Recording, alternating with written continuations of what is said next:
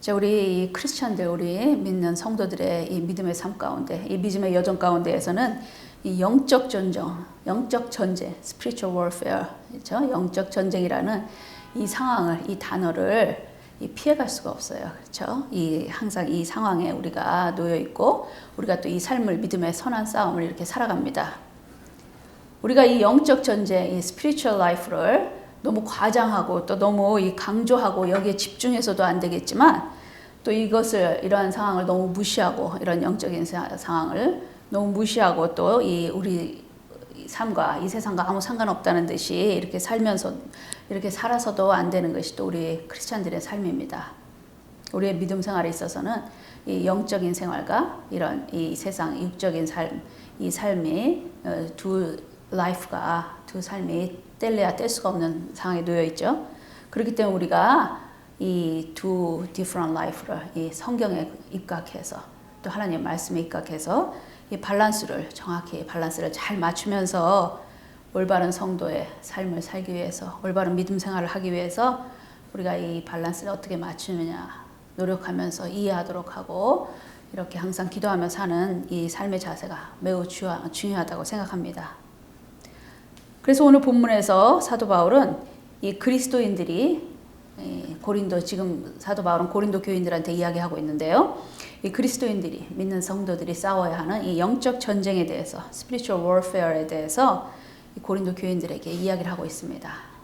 오늘 본문이 3절에 보면은 바울이 우리가 육신으로 행하나 육신에 따라 싸우지 아니하노니 돼 있어요. 우리가 육신으로 행하지만, 육신 안에서 살지만 육신으로 싸우는 것이 아니래요. So for though we walk in the flesh, 육신으로 우리가 행하고 있지만, 살고 있지만, we are not waging for war according to the flesh, flesh 육에 따라서, 육신에 따라서 싸우고 있는 싸움이 아니랍니다. 이 말은 우리 육신이 이 세상이 사용하는 방법이라든가 전략이라든가 이런 무기를 사용한다는 말이 아니겠죠. 즉 다시 말해서 이 크리스찬들은, 우리들은 이 육신을 가지고 이 세상에 육신을 쓰고 살고 있지만, 육신대로 생활을, 육신의 요구에 따라서, 육신의 필요에 따라서 살아야 되지만, 결국 이 세상을 지배하고 있는 이 세상적인 무기라든가 이 세상적인 고정관념, 이 세상의 지혜와 이성이라는 이 현실적인 무기로 세상을 대하고 세상을 향해 싸워 나가는 것이 아니라, 무슨 말이에요? 이 다음 구절에 보면은 모든 이론과 하나님을 대적하여 높아진 사상들이라 했어요. 이 모든 이론과 하나님을 대적하여 높아진 생각, 이런 게 무엇이냐면은 결국은 하나님과 상관없는 이론들이에요. 하나님과 상관없는 생각들, 하나님으로부터 벗어나기 위한 만들어진 학문들, 하나님을 부정하기 위해서, 그렇죠? 절대적인 하나님의 절대성을 부정하기 위해서 인간들이 만들어 놓은 모든 사상들, 모든 생각들, 또 모든 이론들을 말하고 있습니다. 그런 대표적인 것들이 뭐예요? 진화론도 있고, 또 계속 인간을 세속적인 탐욕과 세속적인 욕망을 추구하고 이것을 가장 가치로 여기게 하는 인본주의, 인간중심주의, 또 물질만능주의, 유물론 사상, 그렇죠? 또 여러 가지 또 이단 사상들이 있고, 또 주술들, 또 여러 가지 점술 같은 것들이, 그런 모든 것들이 하나님을 대적하잖아요. 하나님을 부인하고 이런 모든 철학과 이데올로기라도 이러죠. 그런 또한 지독한 교만 역시 마찬가지예요. 인간의 교만, 자아숭배, 이 모든 것들이 이 세상의 모든 생각들과 이론들, 하나님을 대적하는 그런 모든 이론들, 모든 생각들에 포함이 됩니다. 이런 모든 이론들이, 이러한 사상들이 우리도 모르는 사이에 우리가 보고 있는 것들, 또 우리의 눈에 보여지는 것들, 또 우리가 배워오고 읽는 모든 매스미디어라 모든 상황에 다 저변에 뿌리박혀 있고 스며들어 있기 때문에 사람들 안에 다 들어와 있고, 이 사회 안에 들어와 있고, 또 학교, 교육에서도 그렇게 포함되어 있고, 또 교회에서까지도 이런 영향을 크게 미치고 있습니다. 그래서 이런 것들이 견고한 진들이 되어버렸다 그래요. 견고한 요새가 되어서 우리 이 커뮤니티 안에, 사람들의 관계 안에 견고한 진이 되어버려서 많은 사람들을, 특히 성도들을 미혹시키기도 하고 또 속박하고 있습니다. 사상의 이론에 묶여버리는 거예요. 그 이론, 자기들이 믿는 이론들이 옳다고 믿으면서 그 이론에 말하자면 이렇게 묶여버리는 겁니다. 사로잡힌다 그러잖아요. 예. 이런 사상의 생각, 사고의 오륙에, 그래서 사고의 오륙에 빠지게 되는데요, 인간은.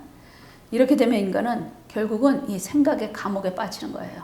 사고의 감옥, 사유의 감옥. 그래서 이 영적인 감옥, spiritual prisoner가 되는 겁니다. 영적으로 죄수가 되는 거죠. 결국 이게 사단의 악한 영들의 계획이에요. 전략이고. 인간의 생각을 빼앗아서 인간의 사고를 완전히 장악해버리는 거죠. 그래서 이 인간들을 자기들의 노예로 만들어버리는 거예요. 영적인 노예로 만들어버리는 것이. 그래서 인간들은 너무나도 교묘하게, 간교하게 들어오는 이 악한 영들의 그 영향 때문에 악한 영들의 그 영향권 안에서 자기도 모르는 사이에 덫에 걸리는 거예요. 올무에 걸린다 그러죠. 걸려서 결국에는 이 영적으로 그 감옥에 갇히는 거예요. 창살 없는 감옥. 그리고 노예화되는 거죠. 그래서 서서히 자기도 모르는 사이에 이 사회의 조류에 휩쓸려서 결국은 하나님을 대적하는 상황이 벌어지게 될 수도 있고 하나님을 밀어내버립니다. 눈에 띄는 이단 사상이나 그런 거는 차라리 정말 우리가 알 수 있잖아요. 하나님을 대적하는 거고 예수님을 대적하는 거니까 그것은 우리가 거부할 수 있을지 몰라도 서서히 모르게 스며들고 있는 여러 가지 학문적인 또 이론적인 그런 악한 영향들은 참 분별하기가 힘들어요. 그렇기 때문에 지금 제가 보기에는 한국 사회도 그렇고 미국 사회도 그렇고 전 세계적으로 많은 사상과 여러 가지 이 관념의 차이들 때문에 혼란을 겪고 있는 것 같습니다. 저 역시 지난주에 말씀드렸지만 이 악한 영의 그 잘못된 그 헛된 속임수라 그러죠. 사상에 딱 묶여 있었다가 그 해방된 그 사람이기 때문에 그 악한 영들이 어떻게 사고를 붙들고 있는지를 정확히 알아요. 어떻게 인간이 그 악한 사고에 빠져갖고 잘못을 범할 수 있는지. 왜냐하면 그 한 번 악한 영에게 묶이게 되면은 자신이 하는 행동이 잘못된 행동에 이 선악의 분별 기준이 없어져 버리기 때문에 굉장히 그게 위험한 겁니다. 그래서 지금 어느 때보다도 우리 성도들이 우리의 전심으로 우리의 모든 생각과 모든 사고를 예수님한테 집중해야 될 때요. 예수 그리스도한테 집중해야 되고 또 다시 back to basic이라 그러죠. 본질로 기본으로 돌아가요. 예수님의 가르침에 이 본질로 돌아가서 가르침으로 돌아가서 순종해야 될 줄로 믿습니다. 아멘. 예수님께서는 요한복음 8장 32절에 말씀하셨어요. 너희가 진리를 알면은 진리가 너희를 자유롭게 한다 그러셨습니다. 그리고 하나님의 아들이고 계속 말씀하시는데 8장에서요. 하나님의 아들이고 진리인 내가 너희를 자유롭게 하려 왔다고 세상을 자유롭게 하려 왔다고 하십니다. 예수님께서는 분명하게 내가 하나님의 아들로서 이 땅에 진리를 주고 너희를 모든 인류를 자유롭게 하러 왔다고 분명히 선포하셨어요. 그렇지만 37절 밑으로 내려가서는 나도 너희가 아브라함의 자손인 줄을 안다. 그렇지만 이 내 말이 너희 안에 거할 곳이 없으므로 너희들이 나를 죽이려 한다고 무서운 말씀을 하셨어요. 이 유대인들 바리새인들한테 나도 너희가 유대인들이고 바리새인들이고 너희가 나를 믿는 크리스찬들이고 성도들인 것을 안다. 그렇지만 내 말이 너희 안에 거할 것이 없다 그러세요. 예수님의 말씀이 우리 안에 거할 틈이 없는 거예요. 왜? 다른 것들로 꽉 차 있어서 다른 자기 속인의 옳은 사상과 이론과 생각들로 꽉 차 있어서 하나님의 말씀이 들어갈 틈이 없다고 한탄하고 계세요.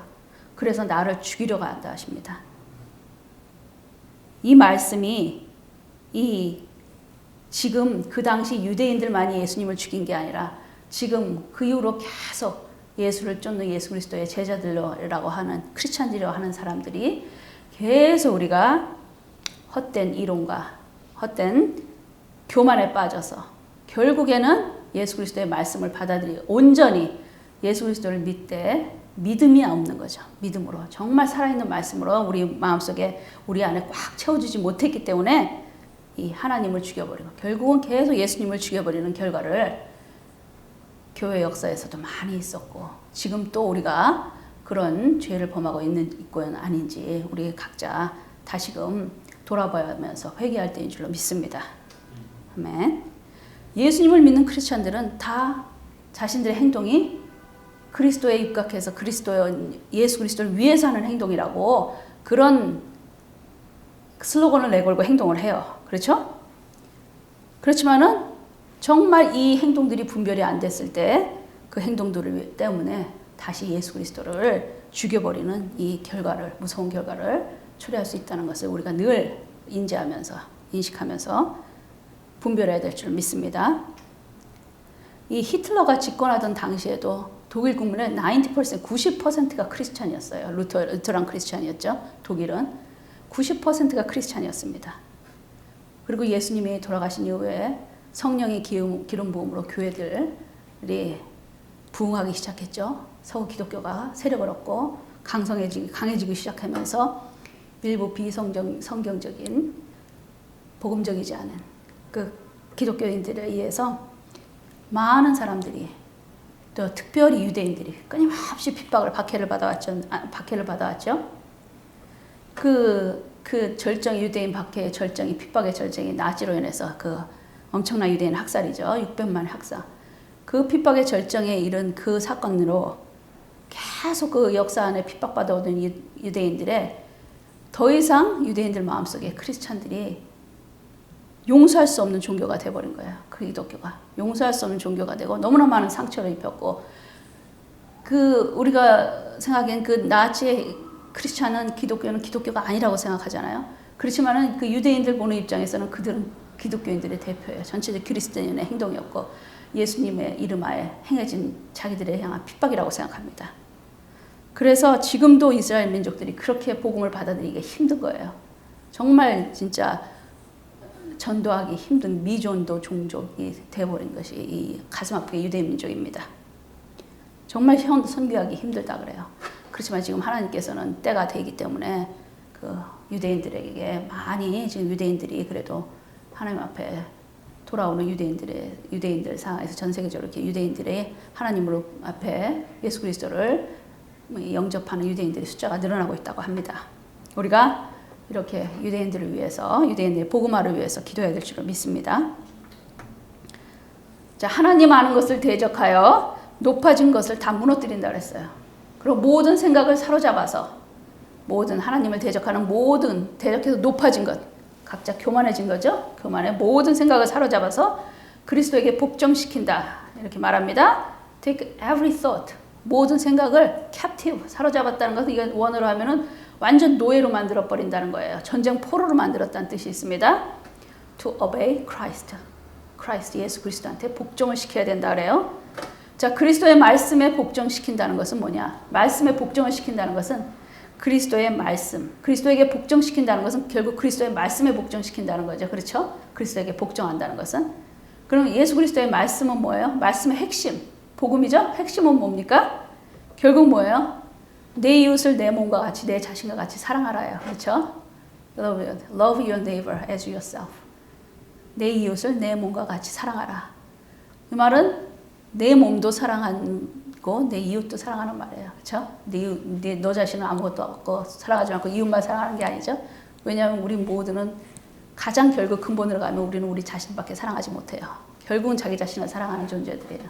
그러니까 그만큼 너를 사랑하는 만큼 이웃을 사랑하라는 겁니다. 그러니까 결국 그리스도 앞에 복종시키라는 것은 그리스도의 말씀인 그리스도의 사랑으로 복종시키라는 말을 예수님께서 하고 계십니다. 그런데 우리 그리스도의 크리스찬들이 이 말을 우리가 믿음으로 행하고 있지 않기 때문에 이 사회가 이렇게 병들고 혼란스럽고 사회가 점점 악해진다는 것을 우리 크리스찬들이 다 이것을 마음에 새기고 회개하고 기도해야 된다고 생각합니다.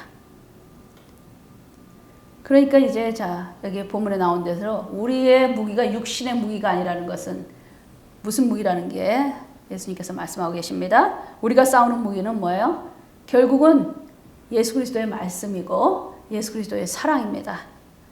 예수 그리스도 복음의 말씀, 우리에게 주신 예수 그리스도가 우리에게 보여주신 사랑을 우리가 그 말씀 붙들고 사랑을 실천해야 되는 어느 때보다도 그 예수 그리스도의 말씀을 실천해야 되는 그 중요한 순간에 이 교회들이 놓여 있다고 생각합니다. 이런 예수님의 사랑 안에 모든 것이 복종해 버린다는, 모든 것이 항복하는 거예요. 그렇죠? 싸움에서 모든 적군이 무너져 버린다는 것입니다. 모든 사상이, 모든 이념이, 모든 갈등이, 분쟁이 예수님의 말씀과 사랑 안으로 다 흡수돼 버리는 거예요. 인간의 영혼을 사로잡았던 그 교만들, 높아진 학문들, 과학 문명들, 인간의 세속적인 탐욕, 이 모든 하나님을 대적하던 것이 예수님 앞에 다 흡수될 수 있도록 우리가 정말 다시 하나님의 말씀에, 하나님의 말씀 붙들고 예수 그리스도의 사랑으로 충만해져야 되는데, 우리 한 사람이 여전히 우리 각자의 생각의 틀에 사로잡혀 있고 또 예수 그리스도의 사랑보다, 세상을 사랑하기보다 우리 자신을 사랑하고 우리 가족 사랑하는 거에 더 집중되어 있기 때문에 교인, 크리스찬들이 성도라고 제대로 대접받지 못하고, 그렇죠? 기독교 교회가 교회로서 구실을 하지 못하고 모범을 보이지 못하는 이 안타까운 현실 가운데서 우리들이 다시 한번 우리 교회가 또 기도하면서 함께 회개하고 생각해 보면 좋겠습니다. 교만한 사람들은 그 마음에 하나님 두기를 싫어한다고 말씀하세요. 교만한 사람들은 왜 하나님 두기를 싫어하죠? 근데 꼭 우리가 알아야 될 것은 교만한 사람이 학문적으로 많이 배우고 뭐 공부를 많이 해서 교만하고 뭐 가진 게 많아서 교만한 게 아니에요. 많이 배우지 않고 학문이 짧고 가진 게 없다 그래도 그 안에서 또 교만하더라고요. 인간들은 누구나 다 교만합니다. 어떤 상황이고 어떤 자신의 상황에 상관없이 인간은 다 교만해요. 그 하나님을 대적하는 그 교만이라는 죄성은 모든 죄인들, 인간들 누구나 갖고 있는, 정말 이 타락한 인간들이 갖고 있는 본성 중에서 가장 견고한 진이잖아요. 가장 마지막까지 하나님을 대적하는 게 교만입니다. 왜 그런데 이 교만한 사람이 하나님을 두기를 싫어하죠? 왜냐면은 이 교만한 사람들은 또 더 잘 알아요. 일단 하나님이 우리 안에 들어오면, 하나님이 자기들 안에, 우리 안에 들어오면은 이 전에 살던 방식으로 살아서는 안 된다는 걸 알거든요. 하나님이 들어오면, 하나님을 받아들이고 나면 자신들의 삶이 변화돼야 된다는 것을 알아요. 자기가 깨져야 된다는 걸 알고 부서져야 된다는 걸 알기 때문에 하나님 두기를 싫어하는 거예요. 그 중에서 가장 하기 힘든 게 뭡니까? 교만한 인간들이 하기 힘든 게 겸손해야 되는 거, 낮아지는 자세, 그렇죠? 섬기고 희생하는 성품으로 변화되는 거. 인간의 하나님은 그것을, 하나님을 만난 인간들의 영은 그것을 알고 있지만 그 육신, 그 플래시의 그 죄성이 결국은 순종하지 못하고 하나님을 밀어내는 거예요. 하나님을 밀어내버리고 마는 것입니다. 이러한 그 교만이라는 인간들의 하나님에 대적하는 모든 것들의 그 견고한 진을 무너뜨릴 수 있는 능력은 뭐예요? 예수 그리스도의 복음과 예수 그리스도의 사랑밖에 없습니다. 그렇기 때문에 우리 믿는 사람들이 말씀으로, 복음으로 전신갑주를 입고, 성령으로 전신갑주를 입고, 예수님이, 우리가 예수님한테 받은 그리스도의 사랑을 우리의 무기로 삼아서, 그렇죠? 전신갑주로, 말씀으로 우리가, 그리고 또 사랑으로, 예수님이 주신 사랑으로 이 우리의 무기를 삼아서 이 세상과의 그 spiritual warfare, 영적 전쟁에 승리하고 이겨내야 될 줄로 믿습니다. 아멘. 이 성경 속에서 이런 모든 사상과 이론과 정말 진짜 대표적인 그 지식인으로서, 지성인으로서 꼽을 수 있는 사람이 사도 바울이 있죠. 저 사도 바울. 이 사도 바울을 사도행전 22장에서 사도 바울이 자기 자신을 뭐라고 하면, 나는 유대인으로 났고, 이 다소 유대인으로서 태어났고, 가말리알 문화였고, 가말리아 당시에 가장 최고의 그 엄한 율법의 교육을 받았고, 베냐민 집하고 또 너희 어느 누구보다도 율법에 대해서 의로운 자였고 하나님에 대하여 열심히 있는 자라고 바울이 자기 자신을 설명하고 있어요. 그리고 또 바울은 베냐민 지파 사내들인 공회였기도 했습니다. 사내들인 공회 멤버였어요. 그리고 바울은 정확하게 이 당시에 두 양대 축 사상이었던 헬레니즘과 헤브라이즘을 모두, 이 섭렵파 모두 갖추고 있었던 당대 최고의 지성인이었죠. 이런 바울이 예수 그리스도를 만나고 나서 뭐라고 고백을 합니까? 예수를 만나고 나서 바울은 전에 자기가 유익하게 여기던 것이 모두 하찮게 여겨진대요. 배설물처럼 여겨진다고 하여 배설물처럼 버리게 됐다고는 고백을 합니다. 사도 바울이. 사울이 바울이 돼서 그리스도를 알고 나니까 인생에 있어서 가장 중요한 것은 그리스도를 아는 것이고, 또한 그리스도를 아는 지식이 가장 훌륭한 지식이고, 또 그리스도를 얻는 것, 그리스도를 자기 안에 충족하게 받아들이는 것이고, 또 자기 자신이 예수 그리스도 안에서 발견되어지는 것이라고 고백을 합니다. 이 예수님을 만나고 바울이 자신의 모든 학문적인 성취와 학문적인 업적들이 모든 사고의 영역이 이 예수 그리스도 안으로 흡수되어 버렸다는 그 체험을 바울은 했고, 그 고백을 하고 있는 것입니다. 역시 그 위대한 신학자였던 성 어거스틴도 똑같은 고백을 했고, 루터도 마찬가지였죠. 우리가 이렇게 하나님을 조금이라도 안다면은, 조금이라도 우리가 하나님을 체험을 했다면은 어떻게 인간들이 하나님을 대적할 수 있어서 자기가 하나님보다 높아질 수 있겠습니까? 인간이 하나님 자리에 앉을 수가 없죠. 하나님의 전지전능하고 이 하나님이 얼마나 무한한 존재라는 것을, 그 사실을 인간들이 모르기 때문에, 하나님을 온전히 만나지 못했기 때문에 자신의 인간들의 그 유한성, 한계와 얼마나 미련한지 그 어리석음을 깨닫지 못하고 있는 것입니다.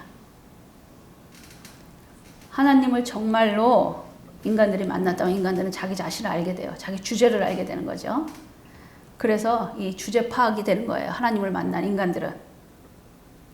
하나님을 만나야만 인간은 그래서 정말 하나님 안에서 자기 자신의 진정한 모습을 발견하게 되는 겁니다. 아멘. 자기 자신의 진정한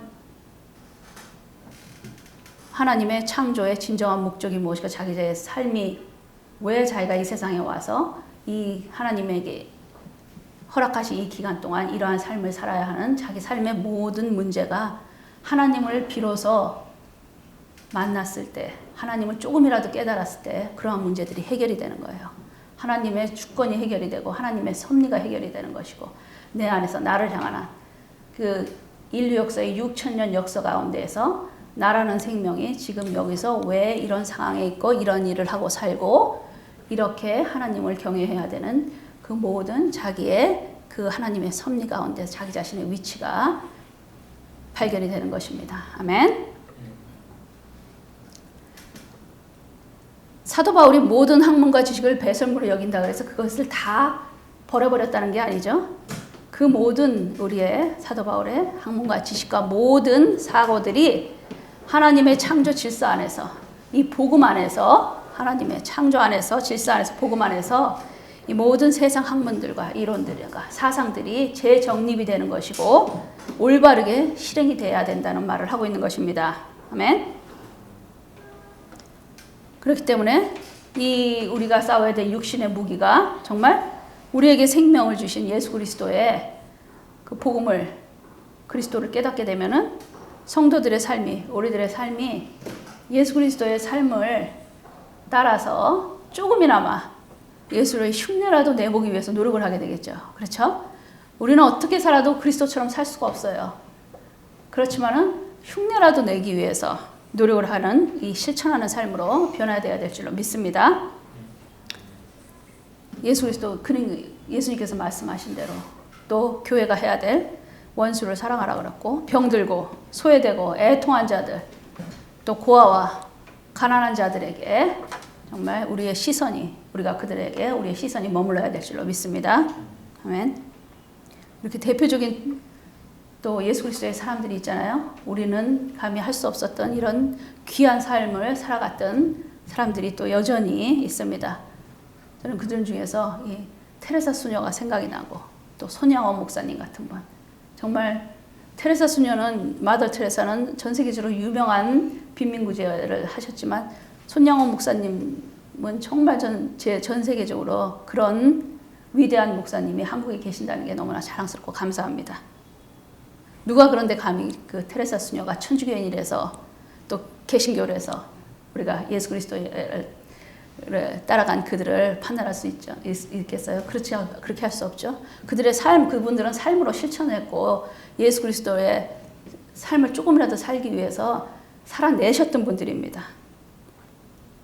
버려진 천민들을, 그 인도의 천민들을 그리스도의 사랑으로 품었고 또 그리스도의 사랑 안에 그분들을 다 안아줬던 그 테레사 수녀, 그리고 또 정말 용서할 수 없던 원수들이었잖아요. 자기 아들, 사랑하는 아들들을 죽인 원수를 그냥 용서한 것으로도 끝날 수 있을 텐데, 그냥 용서하기만도 힘들 텐데, 그 살인자인 그 청년을 아들로 입양을 했지 않습니까? 아들로 입양을 해서 그를 예수 그리스도의 사람으로 변화시킨 그 위대한 그 손양호 목사님의 사랑을, 정말 그런 목사님이 한국 교회에 계시는데 우리 한국의 정말 성도들이 그러한 믿음의 그 줄기를 따라서 다시금 그 믿음이 새롭게 회복되기를 주님의 이름으로 축원합니다. 아멘. 또 6절에 보면은 너희 복종이 온전하게 될 때 모든 복종하지 않은 것을 벌하려고 준비 중에 있다고 합니다. 교회가, 성도들이 예수님한테 온전하게 복종을 하고 있는지, 우리가 복종하고 있지 않기 때문에 세상이 이렇게 어지러운 것입니다. 교회가, 그리고 또 우리 성도들 한 사람 한 사람이 이 세상을 놓고 기도하며 회개해야 될 줄로 믿습니다. 교회가 다시 예수 그리스도의 말씀의 본질로, 가르침의 본질로 돌아가야 합니다. 성도들의 삶은 희생하고 헌신하는 삶이고, 섬기는 삶이고, 사랑하는 삶이고, 겸손하고 낮아지는 삶이라고 주님이 말씀하십니다. 빌립보 2장에서 아무 일에든지 다툼이나 허용으로 하지 말고 오직 겸손한 마음으로 각각 자기보다 남을 낮게 여기라고 하십니다. 겸손하라고 하세요. 상대방을 존중하고 이해하라는 말씀입니다.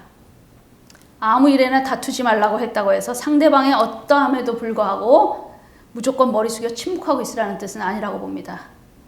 우리 크리스찬들에게는 하나님의 법이 있고 하나님의 질서와 정의가 있습니다. 하나님의 정의대로 살아야 될 의무와 책임이 있습니다. 세상을 향해서 하나님의 정의를, 때에 따라서는 하나님의 정의와 하나님의 법 질서에 위반되는 행위들에 대해서는 담대하게 권면하고 힘을 합쳐야 될 줄로 믿습니다. 그러나 그런 과정 속에서 상대방을, 나와 다른 의견을 가진 사람들을 경멸하고 욕하고 헐뜯으며 싸우는 것이 아니라 겸손한 자세로, 또 상대를 존중하면서 나보다 남을 낮게 여기라 그러잖아요. 낮게가 아니라 낮게, 그렇죠? 담대히 우리 그리스도의 제자답게 행동할 수 있는 지혜와 분별력을 달라고 기도해야 될 줄로 믿습니다. 지금 하나님께서 전 세계의 한국 디아스포라 한인 교회들과 한국 교회들에게 회개하며 기도할 기회를 주신다고 믿습니다. 하나님께서는 지금 기회를 주고 계시는 거예요. 세상에 혼란에 빠질수록, 밤이 깊어갈수록 새벽은 가까워오죠. 그렇죠? 이 어둠 가운데서 빛은 더 빛을 발하게 되어 있습니다. 에스겔 18장 21절에 말씀하시기를 악인이 그가 행한 모든 죄에서 돌이켜 떠나 내 모든 율례를 지키고 정의와 공의를 행하면 반드시 살고 죽지 아니하리라고 하십니다. 에레미야 33장 3절에 너는 내게 부르짖으라 내가 내게 응답하겠고 내가 알지 못하는 크고 은밀한 일을 내게 보이리라고 하십니다. 한국이 행한, 대한민국이 행한 행동들과 또 교회가 하나님 앞에 범죄했던 모든 죄들을 회개하고 우리가 돌이킬 수 있도록 기도해야 합니다. 아멘. 우리가 하나님께 부르짖으면 하나님께서 응답할 것이고 우리가 알지 못하는 크고 은밀한 일을 보여주겠다고 약속하셨습니다. 대한민국의 모세같이 또 사도 바울같이 자기 민족과 자기 민족의 평안과 그 구원을 위해서 목숨을 다해서 하나님께 기도하며 민족을 이끌어갈 정말 하나님의 사람이, 하나님의 지도자가 대한민국에 나와서 또 세상에 나와서 그리스도의 말씀과 그리스도의 사랑으로 통치할 수 있는, 그래서 대한민국이 다시 한번 하나님 앞에 세워지는 나라가 되고 전 세계에 선교사들을 파견하며 전 세계 열방을 복음화를 위해서 쓰임받은 나라가 될 수 있도록 우리가 기도해야 될 줄로 믿습니다. 주님께서 반드시 언약했기 때문에 그 언약의 말씀 붙들고 지금이 어느 때보다도 주님의 말씀을 믿고 주님을 믿을 수 있는 믿음이 필요한 시기입니다. 교회들이 부르짖으며 또 우리 교회가 부르짖으며 기도하기를 원합니다. 하나님의 공의와 하나님의 사랑이 대한민국과 이 미국 땅에 실현되기를 소망하며 하나님께서 말씀하셨어요. 너희가 묶여있는 너희가 묶인 그 땅을 위해서 기도하라 그러셨죠. 그 땅이 평안하여 너희도 평안하다. 이 미국 땅이 평안해야 또 우리가 평안해요. 여기서 살고 있는 우리 후손들이 평안하고 그렇죠. 두고 온 조국인 대한민국과 우리는 또 미국 땅을 위해서도 기도해야 합니다. 우리가 이렇게 하나님의 나라와 하나님의 의를 위해서 기도하게 될 때 하나님께서는 우리의 기도에 응답하시고 우리가 알지도 못하는 크고 은밀한 일들을 우리에게 행하실 것이고 우리 가정에 행하실 것이고 교회들에 행하시고 이 열방에 행하실 줄로 믿습니다. 기도하면서 회개하면서 정말 우리 자신의 문제에 집중하는 것이 아니라 세상과 나라를 위해서 기도하는 우리들 한 사람 한 사람 될 수 있기를 주님의 이름으로 축원합니다. 기도하시겠습니다.